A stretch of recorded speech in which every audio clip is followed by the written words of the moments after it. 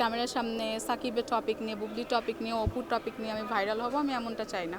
আমি চাই আমি ব্যক্তি অপসরা, আমার কাজ এবং অপসরা এই দুইটাই মানুষের কাছে আসুক, আমার কাজগুলোকে নিয়ে মানুষ আলোচনা করুক। এটা ভুল কথা। সাকিব ভাইয়ার সাথে কাজ করলেই যে বড় হয়ে যাবে।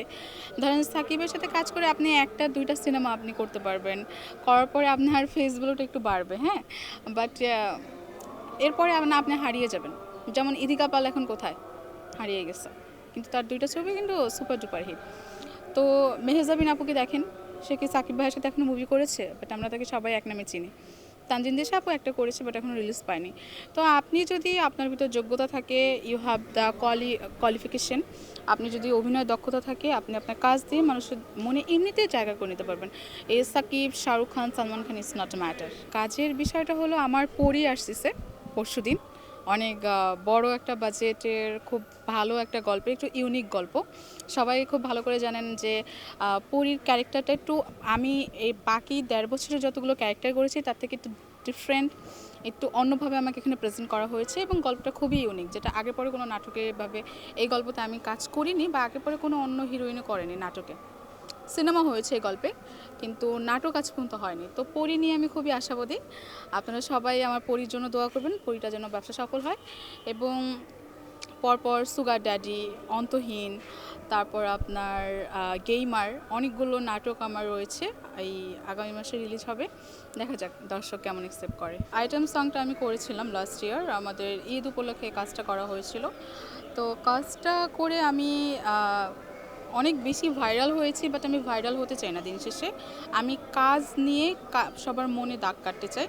তো আমার মনে হয়েছিল কাজটা করা আমার জন্য ঠিক হয়নি।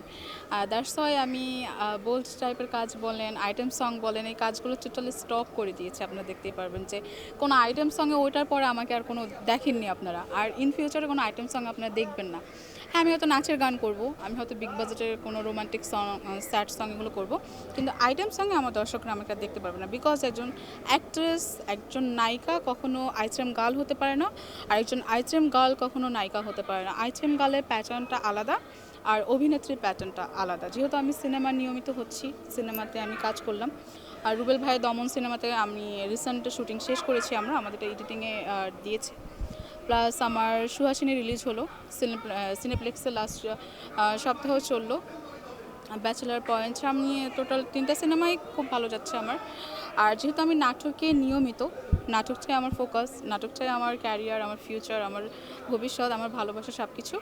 তো আমি নাটকে নিয়মিত হতে চাই দেখে আমি আর আইটেম সং করবো না। ছটফট একজন ক্যারেক্টার, মানে যাকে বলে আমরা জাত অভিনেত্রী, উনি একজন জাত অভিনেত্রী। ওনার চোখ কথা বলে, মুখ কথা বলে, ঠোঁট কথা বলে, এভরিথিং, মানে আপনার বডি ল্যাঙ্গুয়েজই মানে বাকি 100 জন হিরোইন থেকে খুবই ডিফারেন্ট।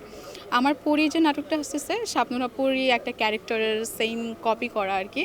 তো ওটা দর্শক দেখলে বুঝতে পারবে যে কোন গল্পটা কে আমরা সাজেশন হিসাবে পরীটা করেছি।